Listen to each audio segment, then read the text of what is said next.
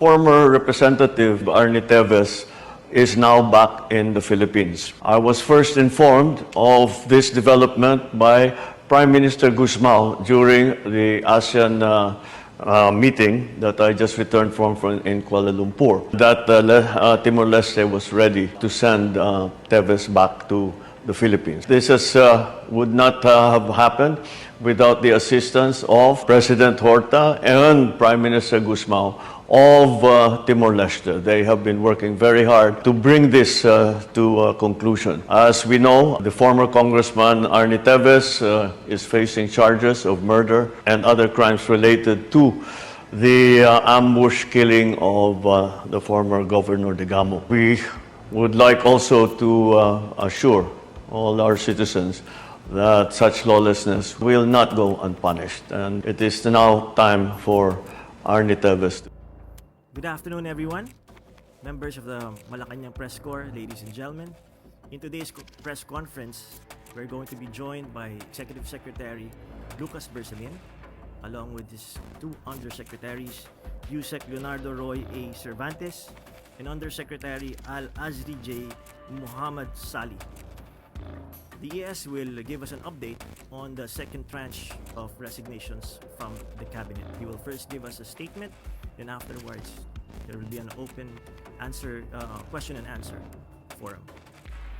We would like to introduce now Executive Secretary Lucas Bersamin.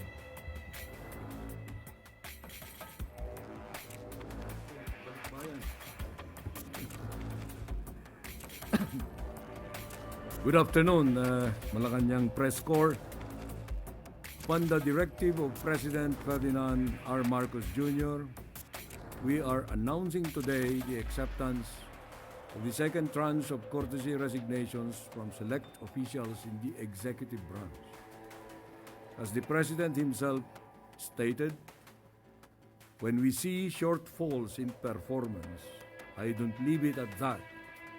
I don't do things pang optics.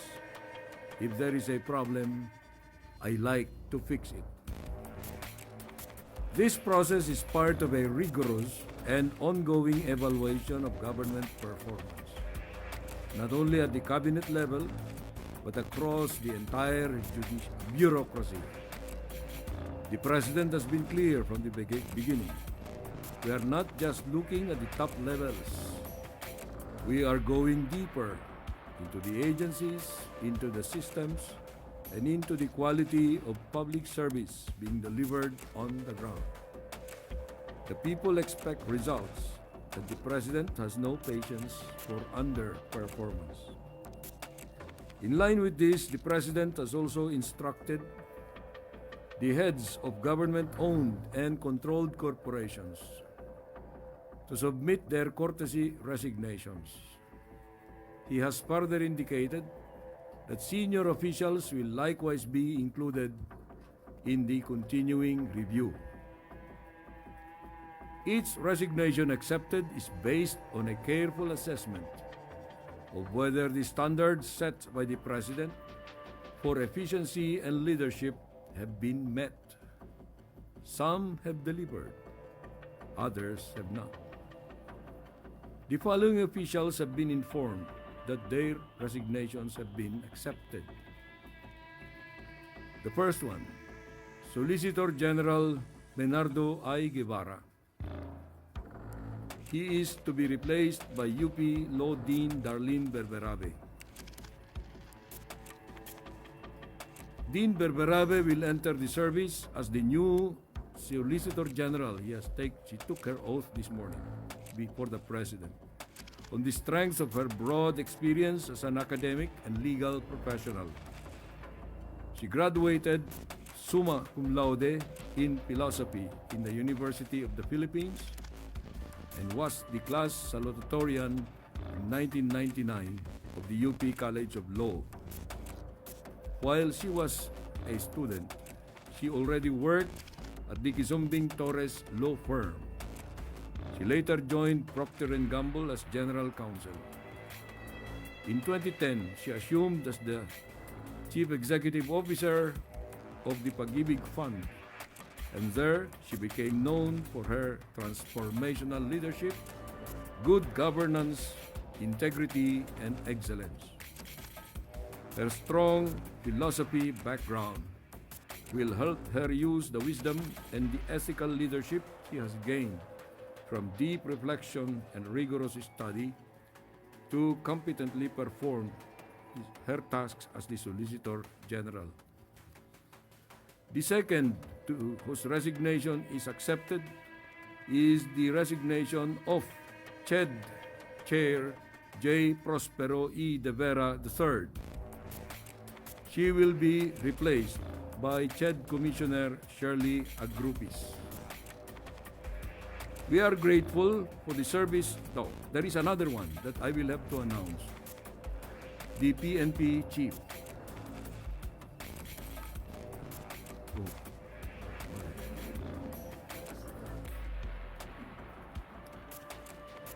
The incoming PNP Chief is Police Major General Nicolas D. Torre III.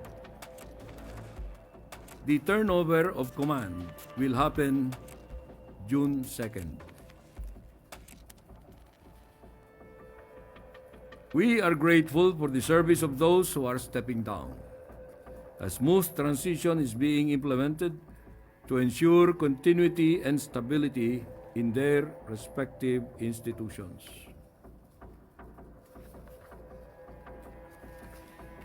This is not a purge, let me remind you of that. This effort is the President's commitment to a government that works fast, delivers results, and meets the expectations of the Filipino people. As the President has said, he will not hesitate to make the necessary changes to keep the government moving forward. Thank you. I will now take your questions. Yosores, Radio 630. Good afternoon po, ES. Ano po kaya yung naging rason ni President Marcos Jr. doon po sa pagtanggap niya ng courtesy resignation ni Solgen Guevara? Well, si Solgen Guevara has been there since the beginning. And maybe it is time for him to go to another venture. And so the President accepted his resignation to allow for fresh blood to come in. One follow-up lang po. If I may point, sir, last March, Solgen Guevara recused himself to represent the Philippine government na mag-represent po doon sa cases filed at the Supreme Court ng children ni former President Duterte in relation po sa pag-arrest sa kanya ng ICC. Naka-apekto po ba yun as factor kung bakit tinanggap po ng Pangulo yung resignation? Oh, I don't think that was a factor at all, because if you recall, there was a strong clamor for the termination or removal of Solicitor Guevara at the time. The public perception that gave rise to this clamor must have been about his taking the opposite side of the issue. But you know, he and the President had a conversation about this, and the President respected his ethical decision to recuse. Now, if there was a reservation about his professionalism at that time, the President could have already removed him. But the President continued to repose trust in him. So up to the decision to accept his resignation, Solicitor General Guevara was still there. Next question, Chloe Hofana, Business World. Good afternoon, ES. Good afternoon. How many GOCC heads submitted their resignations already, and ilan pong total na hinihintay natin? Practically all GOCCs or their leaderships have submitted, but we are still awaiting for the submission of other GOCCs. The GCG actually is on top of this situation. It has issued a memorandum, and although that memorandum said that the GOCC resignation should come through us, we will make it clear to the GCG that only the heads of the agencies, the resignation of the heads of agencies should be reviewed by us, and the GOCCs are anyway under an annual term basis. And it is about this time, June, that the GCG reviews the performance of the respective boards of the GOCCs. I cannot give you the exact number now because it increases every day.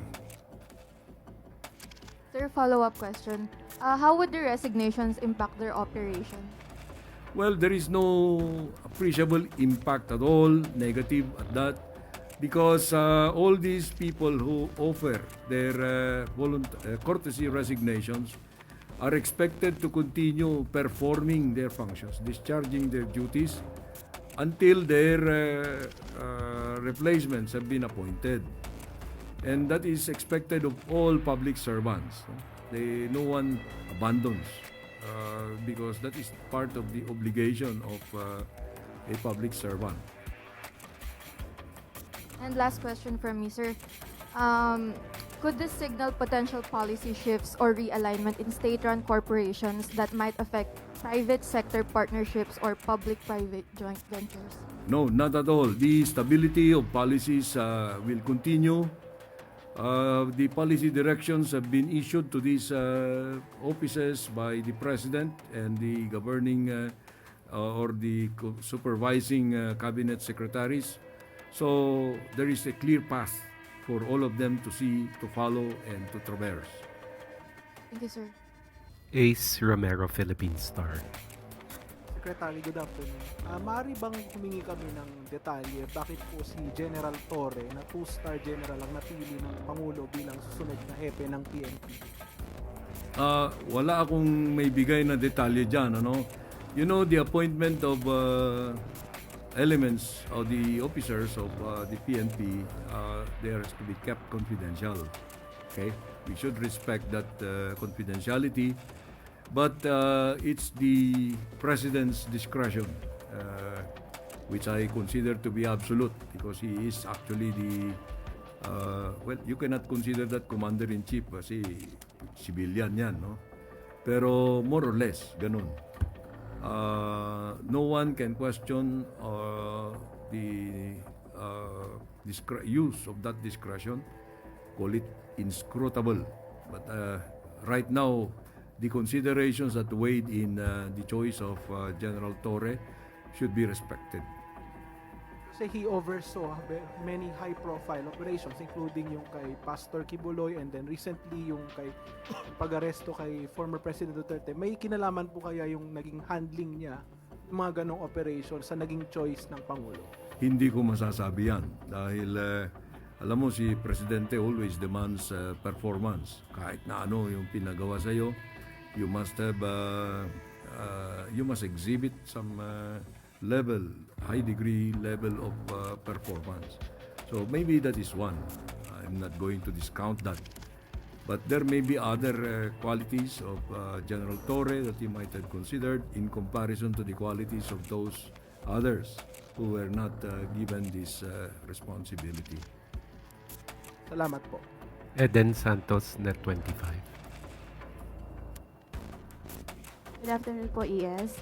Yung pong pagkaka-appoint ni General Torre, naasahan po ba na magkakaroon ng mga demoralization or sa hanay po ng PNP yung pagkaka-appoint po sa kanya? Bakit naman? Dahil kung titingnan po yung mga background po ng iba pang contender, hindi po kaya magdulot ito ng problema sa hanay? Palagay ko naman hindi. Dahil professional yung mga hanay ng kapulisan. No? They are all very great professionals. They are very decorated individuals. So they just follow what the Commander-in-Chief or what the President desires. So hindi po naman ito reward sa kanya, another reward ng Pangulo yung kanyang Alam mo, lahat ng promotion reward yan, ano? But most promotions are given on merit. So let us assume that this was given on merit because, you know, it was not an easy decision on the part of the president. He considered, to my recollection, 5 names. No? And you must probably have an idea of who those 5 were. But as of this time, the decision was already made and it favored Police Major General Torre. By the time he accepts this appointment, he will have the 4 stars. That is the regulatory rank, the stars. Thank you po. Ira Panganiban, DZRJ. Yes, General Torre will be serving 1 year and 9 months, if my calculations are correct. That means he will be one of the longest chief of the Philippine National Police to serve. Does this mean there are going to be more of activities that he has been doing in the past that we can expect in the future, like what happened to the GOCC, the Duterte incident, and all other incidents that General Torre has been involved in? Well, let him show to us. I do not understand too well the question. No? Performance is always depending on the situation. In these kinds of operations of the police, he was given an assignment, yung KOJ, ang sinasabi mo. He went at it like it was an ordinary thing, very professional. So we should praise him for that. There may be other situations like arresting a kidnapper. That's another kind of operation. So let us not judge a person on the basis of one that he had done very excellently. Baka yung next na kanya, palpak siya. Ibig sabihin nun, it's not going to be easy for us to predict. Follow up lang.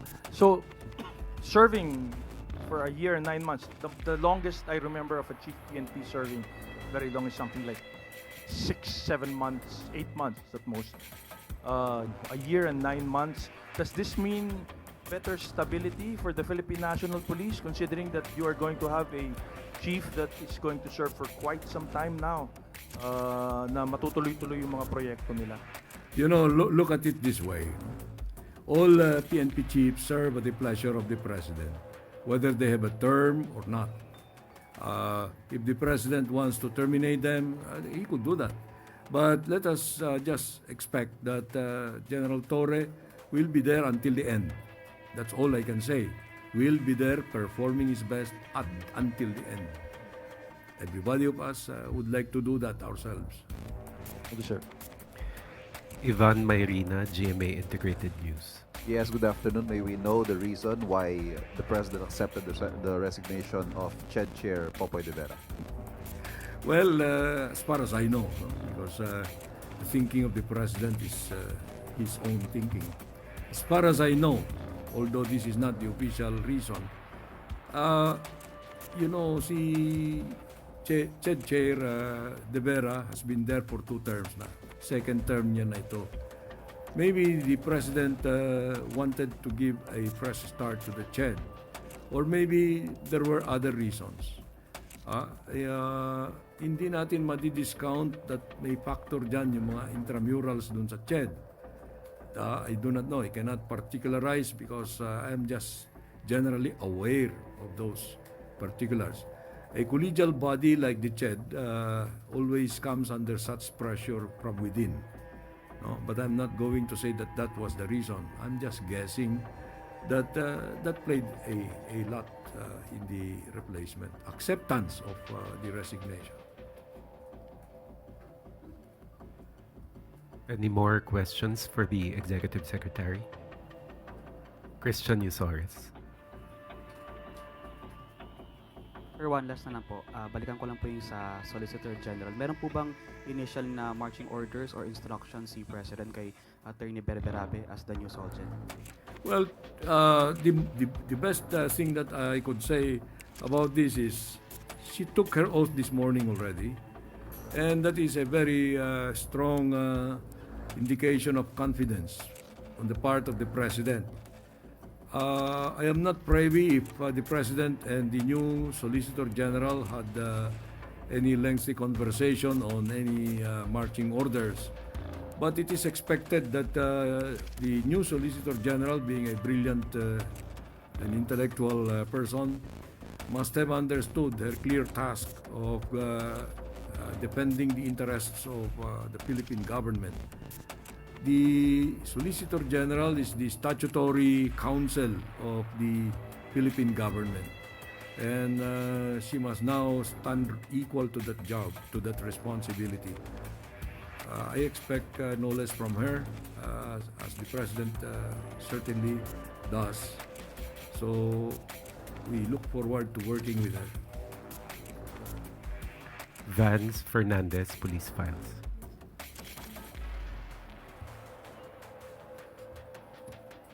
I'm eager to know who provoked the President na magkaroon ng ganitong courtesy resignation. Yung provoke, yung Yes. results of the election. Sinong nag-ano? Wala. The President is a very spontaneous person. If you had observed him, he has never been confrontational. But, you know, he is a very sensitive person. Like all of us. When we are given a message from others, we react. Now, I think the President should be given that human side of the... this is his response to what he probably observed during the elections. We must deliver more. We must deliver more. So he is undergoing this performance check on all of us in the cabinet, as well as in the positions of leadership in the agencies and offices. So that is how I see it. We know that the President is a soft-spoken. Isa naman, sir, na mapapahiya na sisibakin na lang bigla. Mas mabuting nangyaring ganito, yung courtesy resignation. Yes, the President is a very patient. Ayoko nang sabihin na tolerant. What we expect from him is his true self, showing of his true personality. He is very decisive. I will just tell you that. He's very decisive about things. He's very focused, and based on my working with him closely in the past 3 years, nearly 3 years now, he will never back down from any controversy. He confronts the controversy, not the person. Controversy. So I hope that answers your query. Once again, Eden Santos, Net25. ES, hindi po hair follicle test ito, ES Yun lang pong kasi si General Torre po ay na-appoint na as PNP Chief. How about yung pong courtesy resignation ng iba pang mga involved dun sa illegal arrest di umano ni dating Pangulong Rodrigo Duterte? Yung resignation po ni na DILG Secretary, DOJ Secretary Remullaz, are we expecting na sa mga susunod na araw ay meron na rin pong yung resulta? I do not like your qualification of the arrest as illegal. No? That is an opinionated statement made by somebody. I will not name who she is. But from our point of view, the arrest was perfectly legal according to according to international law. We have debated that in the public domain for a long time.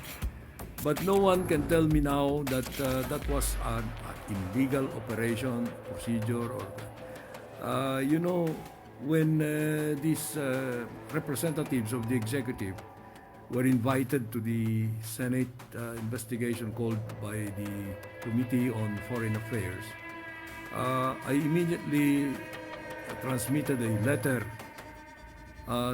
telling the Senate President and the Chairman of that committee that we are going to claim executive privilege for all the parts that are covered by executive privilege. they respected it, and if they concluded from there that the arrest was illegal, I cannot help them at all. That was the Question. last question. But Thank the you very question much. po is yung assessment po yung sa performance nila ng Pangulo, kailan po natin na inaasahang babanggitin kung tinanggap ba ng Pangulo yung resignation po nila or hindi. Sino sila? Si Secretary Boying Remulla, Ay. Secretary Declined yung resignation niyan. Sino pa?